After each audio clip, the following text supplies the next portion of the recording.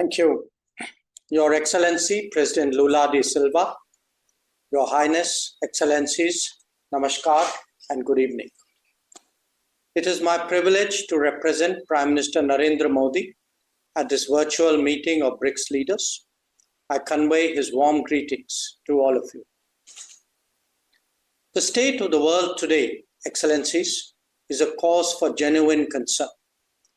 The last few years have witnessed the devastating impact of the COVID pandemic, major conflicts in Ukraine and the Middle East, West Asia, volatility in trade and investment flows, extreme climate events, and a discernible slowing down of the SDG agenda. In the face of these challenges, the multilateral system appears to be failing the world.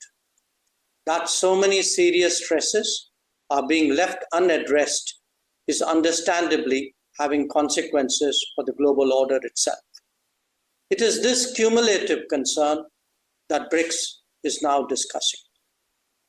Excellencies, the members of BRICS represent a broad diversity of societies who are nevertheless deeply affected by these developments.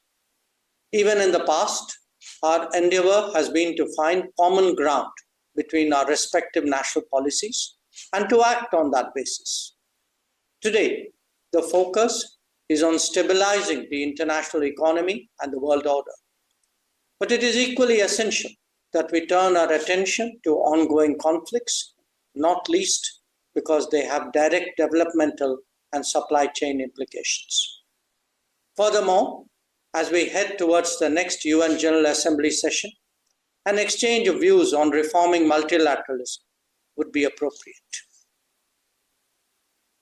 The world, as a collective, is seeking a stable and predictable environment for trade and investment. At the same time, it is imperative that economic practices are fair, transparent, and to everyone's benefit. When there are multiple disruptions, our objective should be to proof it against such shocks. That means creating more resilient, reliable, redundant, and shorter supply chains. Not just that, it is also essential that we democratize manufacturing and production and encourage their growth in different geographies. Progress in that regard will contribute to regional self-sufficiency and relieve anxieties at times of uncertainties. Your Highness, Excellencies, trade patterns and market access are today prominent issues in the global economic discourse. The world requires constructive and cooperative approaches to promote trade that is sustainable.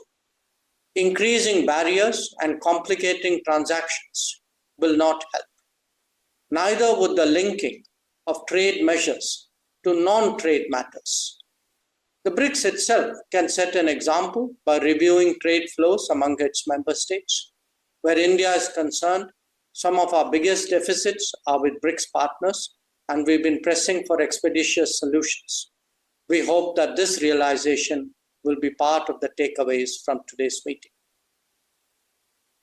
The international trading system is based on the foundational principles of open, fair, transparent, non-discriminatory, inclusive, equitable, and a rules-based approach with special and differential treatment for developing countries. India strongly believes that this should be protected and nurtured. Excellencies, the world today also seeks an urgent resolution of ongoing conflicts. The global south has experienced a deterioration in its food, energy, and fertilizer security.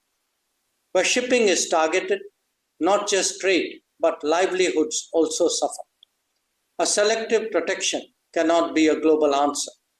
An early end to the hostilities and undertaking diplomacy to ensure a durable solution is the obvious pathway before us.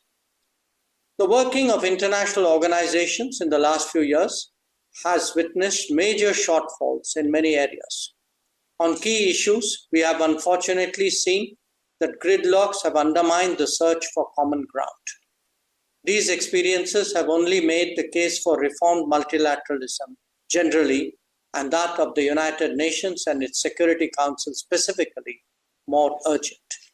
The BRICS have taken a positive view of this need for reform, and we expect that it would collectively become a strong voice for much awaited change. Excellencies, even as the world grapples with policy changes, we must not lose sight of bigger concerns, especially climate change. Sadly, both climate action and climate justice are currently slipping in global priorities. We need new thinking and initiatives as well. I commend the International Solar Alliance, the Coalition for Disaster Resilient Infrastructure, and the Global Biofuels Alliance for your consideration. In conclusion, let me again thank President Lula da Silva for convening us today and for the opportunity to present India's views and positions. I thank you. Subscribe to One India and never miss an update. Download the One India app now.